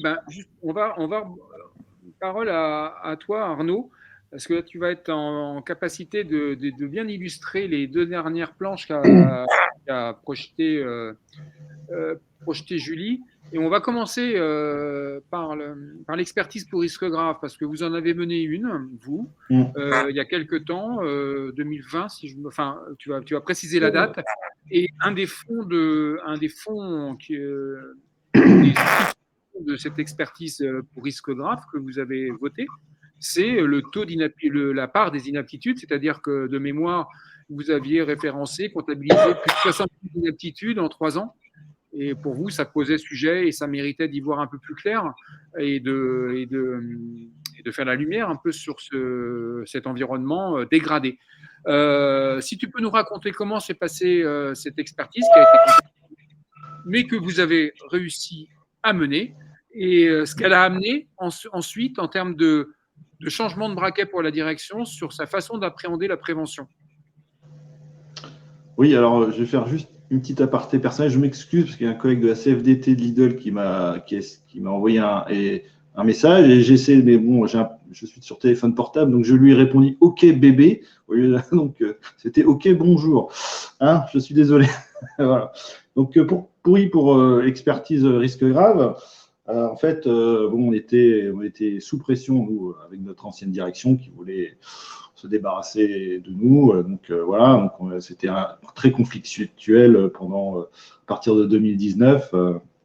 Voilà, et au niveau des conditions de travail, on avait du mal à travailler aussi, puisque tout est fait pour que le CSE dysfonctionne. Or, il y avait des situations de travail quand même qui étaient difficiles et qui par moments étaient même dangereuses. Et donc, on a fait voter en août 2021, en fait. Excuse-moi Arnaud, oui. Tu étais trop près du micro, on ne t'entend pas très bien. Comme ça, c'est mieux peut-être? C'est mieux là? Ok. Donc, en août 2021, on a fait voter une motion demandant une expertise risque grave, en particulier sur les inaptitudes, mais aussi sur sur les risques psychosociaux aussi, sur le harcèlement, les pressions, et sur aussi certaines conditions de travail. Et puis, la direction a voulu s'y opposer, donc ça a été au tribunal.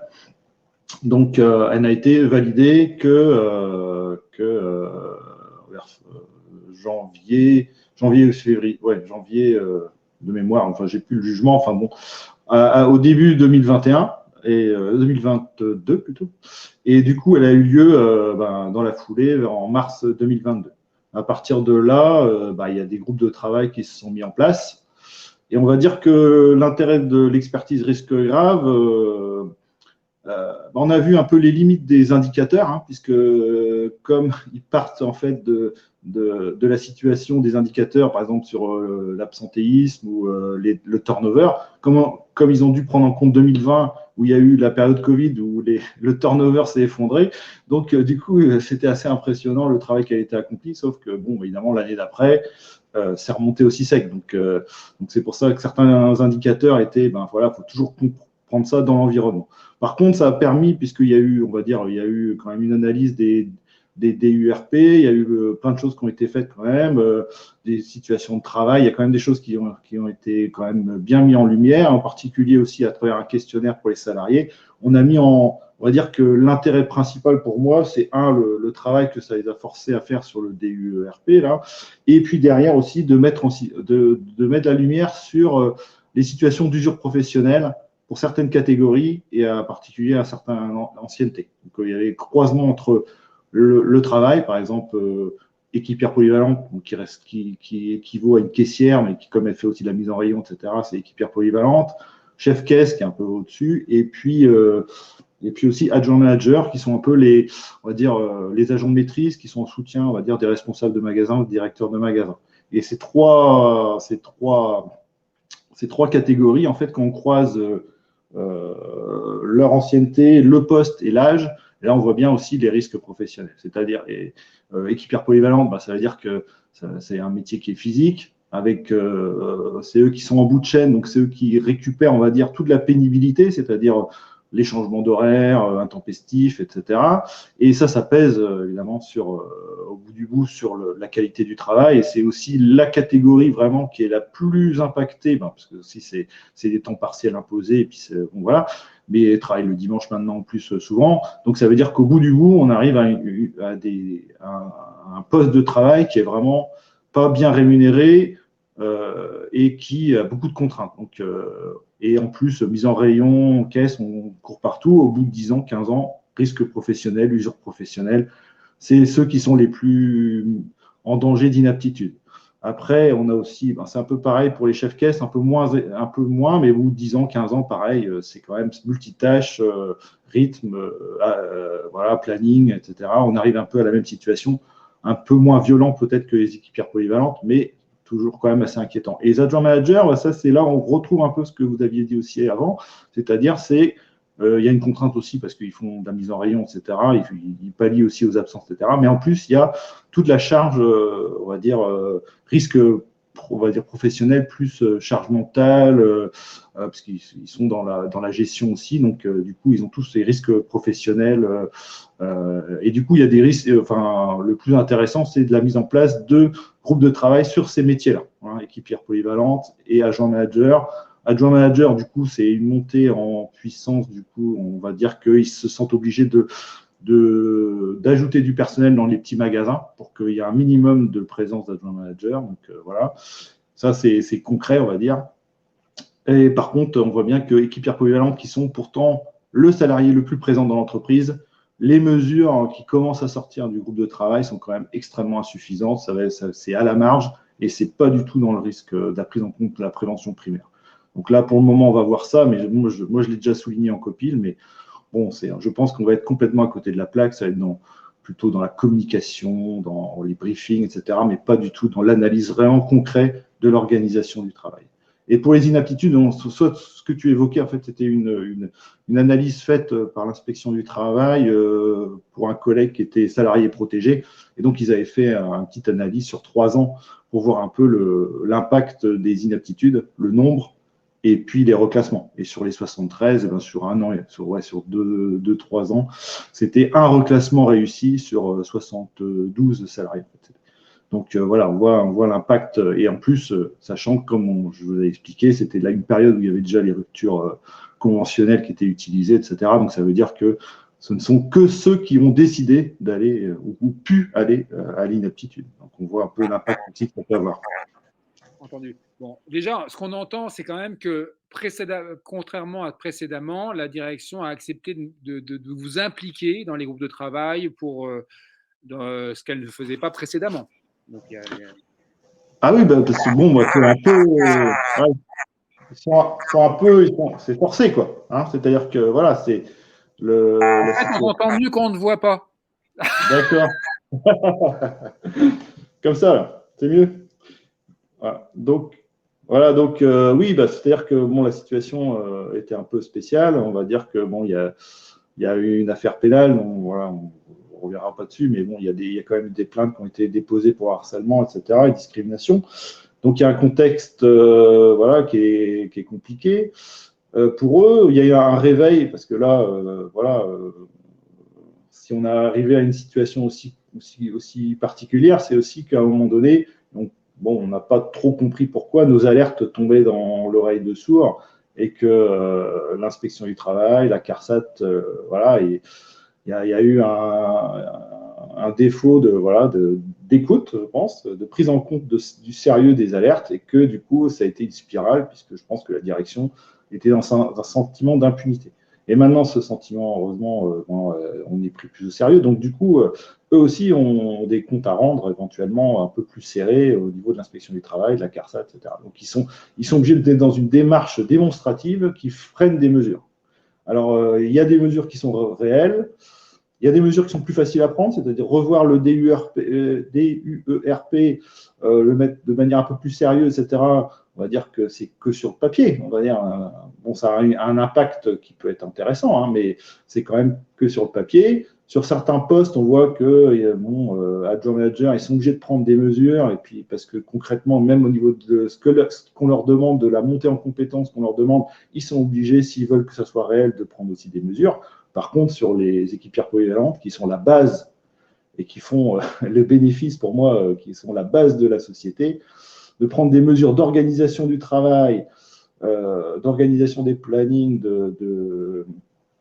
ça reste quand même, je dirais pas qu'il n'y a rien, mais c'est quand même insuffisant, ou en tout cas, on va voir si ça se concrétise, parce que c'est ça aussi qui est c'est un peu le nerf de la guerre pour eux, quoi. C'est à la fois le salarié le plus présent et celui qui doit assurer aussi la performance de manière le plus évidente, quoi. Donc c'est ça l'enjeu un peu. Entendu. Merci. Franck, il y avait un élément que, quand on a préparé, tu veux apporter, je trouve intéressant, et dans le contexte de t'entendre dire, c'est sur les mesures qui sont prises. Tu me disais, dans un certain nombre d'établissements de santé, il y a des mesures d'allègement du temps de travail pour des formes de temps partiel senior, enfin on les appelle comme on veut, mais d'allègement du temps de travail quand on avance son âge dans l'entreprise pour alléger sa charge de travail. Sauf que ce passage à temps partiel a une incidence sur le salaire, même si ce n'est pas forcément proportionnel, ou ça peut l'être, mais il y a une incidence sur le salaire. Et tu me disais, ces dispositifs-là existent, mais ils sont sous-utilisés parce que les gens, au regard des niveaux de salaire actuels, n'ont pas les moyens de se permettre d'acheter un peu plus de temps libre pour s'alléger la charge. Ouais, effectivement. Avant, je voudrais rebondir vite fait sur les moyens qu'on peut utiliser via les CSE. Parce que nous, dans notre secteur, les CSE, c'est compliqué parce que à part, dans la santé privée, on a toutes les grosses fondations, les gros hôpitaux, mais on a aussi majoritairement des petites structures où ce sont des petites équipes. Et généralement, au bout de 4 ans, on n'a plus d'élus. Ils ont démissionné ou ils sont partis. Donc, faire vivre les CSE, c'est compliqué. Je crois que c'est 200 000 élus en moins depuis la réforme. Le CHSCT n'a plus les prérogatives qu'il avait avant. Il n'y a plus les heures, on n'a plus les suppléants ne peuvent plus siéger, donc quand on leur demande de venir, comme ils n'ont pas été formés, c'est compliqué, donc ils servent pas à grand chose dans plein d'endroits. Donc voilà, je pense que les lois travail et la mise en place des CSE a été une catastrophe aussi pour ce suivi-là. Je veux dire, pas que pour ça, mais on est impacté. Ouais, donc sinon, nous, sur les mesures, il y a quelques mesures, j'en ai parlé un petit peu tout à l'heure, à 51, on peut convertir une partie de sa prime de départ en retraite en temps, on peut passer à temps partiel, on peut faire, mais c'est toujours un coût financier pour le salarié, et peuvent se le permettre que les gens qui ont les moyens de le faire. Donc, à la FEAP, 46%, je crois, des personnels sont infra-SMIC, donc touchent moins que le SMIC. Ils ont le SMIC avec une prime compensatrice. Donc, au SMIC, c'est déjà fait, la fin du mois, c'est plutôt vers le 12 ou le 13. On n'arrive plus à remplir le frigo, donc on va pas se mettre à 3/4 temps pour gagner encore moins. Donc, effectivement, c'est pas utilisé, c'est très peu utilisé. Les gens, soit se mettent en maladie, soit ils viennent au boulot dans des conditions exécrables et travaillent mal. Je veux dire, et quand on parle de violence institutionnelle, ça en fait aussi partie de ça. ou sinon ils se mettent en maladie, ou ils essayent de choper une invalidité. Ce que disait Bernard, c'est effectivement, la validité, elle tombe pas du ciel. Tout le monde ne l'a pas parce qu'il faut, c'est les médecins, il faut qu'il y ait des choses concrètes. Il y a des salariés qui essayent parce qu'ils sont au bout du bout et ils ne l'ont pas, donc ils se mettent en maladie autrement. On cherche, c'est vraiment du bricolage. Mais il y a toujours un impact financier derrière tout ça, et c'est encore une fois, c'est les salariés qui trinquent et pas les patrons, parce que on est quand même un secteur où il y a beaucoup d'entreprises lucratives, voire libérales, où les patrons sont là avant tout pour faire du pognon sur le dos des salariés et des patients et des résidents. Enfin, en attendant, ce que tu me disais, c'est que entre le secteur privé et le secteur public, c'était le même combat, la même situation, le même constat. Alors, sur les conditions de travail, alors moi, sur les départs en retraite et tout ça, je maîtrise moins, que c'est pas mon secteur, mais sur les conditions de travail, on n'est pas mieux loti dans le public que dans le privé. Je veux dire, ça, c'est fini. Puis, il a peut-être existé un jour. Moi, je l'ai jamais vu. Je veux dire, les conditions de travail sont aussi épouvantables. Le manque de moyens elles-mêmes, il y a des structures du public qui sont autant délabrées que celles du privé. Je veux dire, voilà, il y a pas un secteur qui est mieux que l'autre à ce niveau-là. Merci à toi, Julie. N'hésite pas si tu veux rebondir. On arrive à la fin de notre direct. Julie ou Oui, c'est vrai que tout ce qui a été dit, il y a un peu d'écho. C'est vrai que tout ce qui a été dit illustre bien la difficulté qu'ont les représentants du personnel à se faire entendre, parce qu'effectivement, au-delà de la question des indicateurs qui met en lumière l'usure professionnelle prématurée de certains personnels, qu'il s'agisse de salariés ou d'agents, effectivement, le public n'est pas épargné, malheureusement, par cette réalité. Ça a été effectivement dit dans le chat. C'est pas facile pour les représentants du personnel. Il y a des leviers d'action, il y a des partenaires possibles, des intervenants externes sur lesquels il est possible de s'appuyer. Mais c'est vrai que la réduction des moyens et l'élargissement des périmètres de tous ces institutionnels, qu'il s'agisse des services de prévention et de santé au travail, de l'inspection du travail, de la CARSAT, et également des moyens des représentants du personnel, parce que la fusion des instances a mécaniquement réduit les possibilités d'action des représentants du personnel, est évidemment un frein à ces mesures de prévention. Néanmoins, il est quand même possible d'agir, de mettre en lumière que la santé au travail des salariés se dégrade, et de tenter de convaincre les employeurs qu'il y a une autre voie possible, celle de la prévention en amont des risques, plutôt que de constater cette usure professionnelle prématurée. Et je crois que cette réforme des retraites nous y invite encore plus à mettre en lumière ces difficultés que rencontrent les salariés, parce que actuellement, ce n'est déjà pas soutenable pour certains salariés, et ça risque de l'être encore moins avec la réforme qui s'engage. Parfait, merci Julie. Un petit mot pour Bernard, Arnaud, Franck, pour vos espoirs. On va essayer de voir la bouteille à moitié pleine.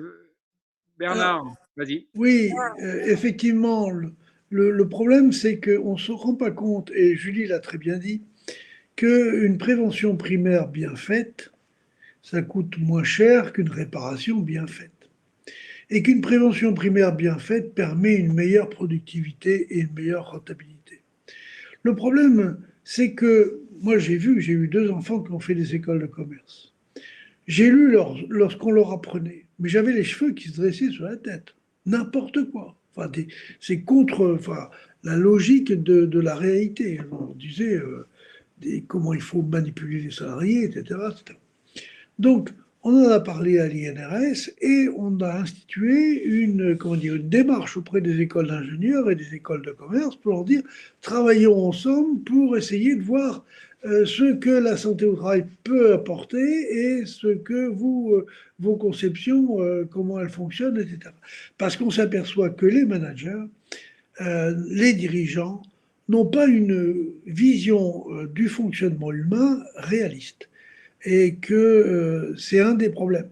Ils ne se rendent pas compte qu'on pourrait travailler autrement et c'est ça qui me paraît important. Si vous, dans votre coin, vous avez des écoles de commerce qui fonctionnent et qui sont un peu ouvertes, n'hésitez pas à les envoyer vers l'INRS pour qu'on travaille on essaye de rentrer dans leur schéma de présentation aux étudiants pour un peu infléchir un apprentissage qui est délétère au jour d'aujourd'hui. Merci Bernard. Arnaud, Franck, qui prend la parole? Allez-y. Je vais apprendre.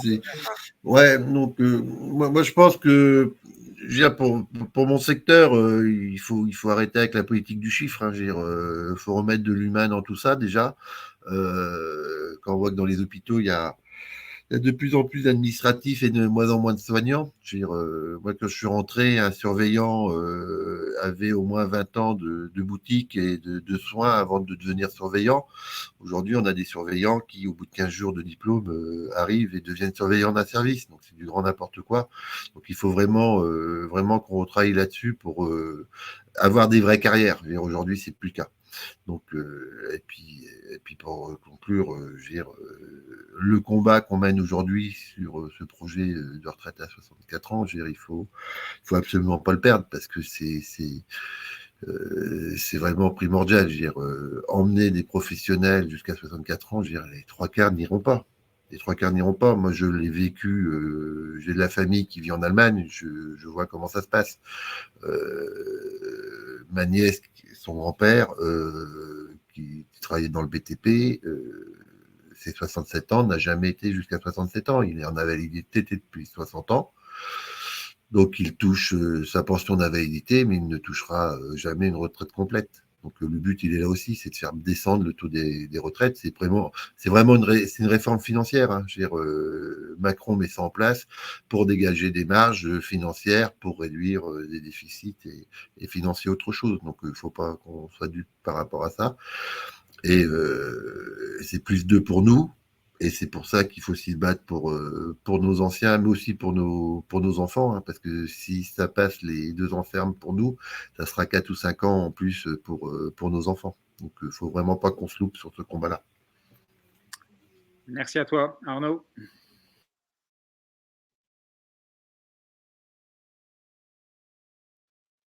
Arnaud, tu n'as pas le son. Il faut que tu actives ton son. On t'entend pas là. On t'entend pas. Tac, tac, tac, tac. Non, il faut que tu actives ton son.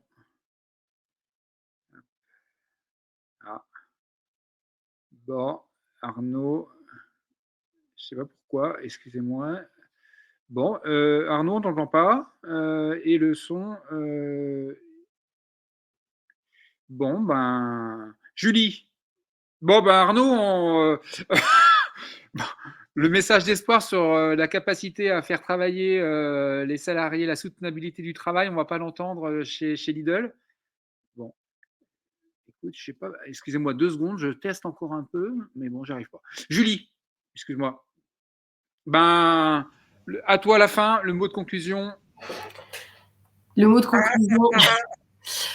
Alors, attends, il y a un petit peu d'écho.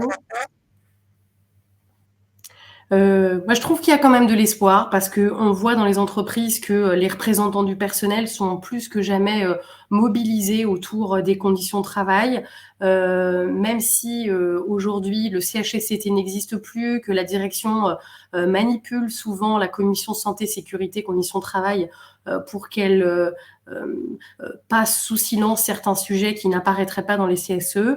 On voit que les représentants du personnel ne sont pas dupes de toutes ces manœuvres-là et remettent au quotidien des questions sur la table qui traite des conditions de travail, de la prévention des risques professionnels. Et moi, je vois beaucoup d'espoir dans les jeunes générations qui s'engagent, même s'ils ne sont pas toujours très nombreux. Mais je pense qu'il y a de l'espoir et que chacun, au sein de son entreprise, peut agir en faveur d'une meilleure prise en compte des conditions de travail qui permettent justement de réduire cette usure professionnelle. Voilà, c'est un combat du quotidien. Certains élus s'y épuisent en partie, mais je pense qu'il y a beaucoup d'espoir aussi dans les entreprises par des représentants du personnel qui sont engagés et on est là nous aussi au quotidien pour les soutenir et pour leur apporter notre aide pour que ce soit plus facile de porter cette voie des conditions de travail dans les entreprises. Merci Julie, merci à toi vraiment pour cette présentation, le panorama que tu nous as adressé, les mises en perspective que tu as tissées. Et tu soulignes là dans ce que tu viens de dire la soutenabilité du travail des élus, qui est un vrai sujet en soi, la capacité pour les élus de devenir des seniors et de transmettre. Donc c'est un vrai sujet. Et Arnaud, on vient de te retrouver. Donc Arnaud, si tu peux… Voilà. Allez, c'est à toi le mot de la fin. Ouais, non, j'ai dû partir pour mieux revenir, on va dire. Donc voilà. Je pense qu'on ne peut pas. Enfin voilà, c'est ça, c'est que ça va être le combat peut être que commun, c'est-à-dire qu'il faut que tous les acteurs, c'est-à-dire que et c'est ça aussi le problème, c'est qu'on comme les moyens ont diminué au niveau des élus. Les services de l'État, ils ne sont pas forcément ceux qui sont en soutien. Normalement, des salariés deviennent des fois en soutien plutôt des entreprises. Et éventuellement, on voit leurs moyens diminuer. Donc, on voit l'inspection du travail dans notre secteur, c'est une catastrophe. Il manque des agents, etc. Donc, du coup, la réactivité aussi n'est pas toujours au rendez-vous. Donc, l'ensemble, il faut essayer de remettre de l'humain, comme disait Franck, c'est-à-dire essayer de faire passer logique humaine avant les logiques purement financières. Et donc, voilà. Donc, pour moi, c'est qu'on perd tous ensemble et on gagne tous ensemble. Donc là, on va voir si on va perdre ou si on va gagner. Moi, je suis quand même, si je suis engagé, c'est pour gagner, même si souvent j'ai plutôt l'impression d'être un résistant voilà. Mais bon, la résistance, c'est peut-être le premier palier pour la victoire. On peut toujours rêver. Merci à toi Arnaud. Je me permets de dire à ta place que tu es un nouvel administrateur d'un service de santé. Ce que tu me disais, ça avait été marqué, pour illustrer un peu tout ce qu'on a dit, c'est le côté, l'approche assez financière qu'il y avait dans ce service, et c'est un peu le lot de beaucoup de services, et que les infirmières que tu voyais, elles étaient vraiment en charge, sous tension, sous pression, et ça posait incidemment la question de la soutenabilité du travail au sein même d'un service de prévention. Donc bref, on n'a pas terminé, le sujet est vaste et il y a matière à le mettre en discussion et à travailler dessus sérieusement. Donc Bernard, alors en deux secondes, vas-y. Il faut que tu actives ton micro. Dites à tous vos collègues délégués syndicaux, quelle que soit la confédération, d'être présents dans les services de santé au travail. On en a besoin. Même si c'est difficile, même si c'est les patrons qui ont le dernier mot, mais ça fait rien, c'est un frein. Et quand vous n'êtes pas là, c'est une cata. Parfait. Merci Bernard. Merci Bernard pour ce mot de conclusion. Merci à toi Julie vraiment d'avoir déroulé un peu cette mise en perspective. Merci à Tandem d'avoir porté cette deuxième rencontre. La troisième est à suivre donc sur vraiment l'approche par les coûts. Et merci à vous quatre et à vous trois pour vos témoignages. Donc merci beaucoup. Merci à vous dans le chat pour les interactions. On en reprendra une partie. On essaiera au maximum dans le compte rendu qui est à suivre. Et bonne journée à tout le monde et bienvenue sur un prochain direct de Miroir Social. À bientôt. Bonne journée. Au revoir. Merci, au revoir. À bientôt. Bonne journée.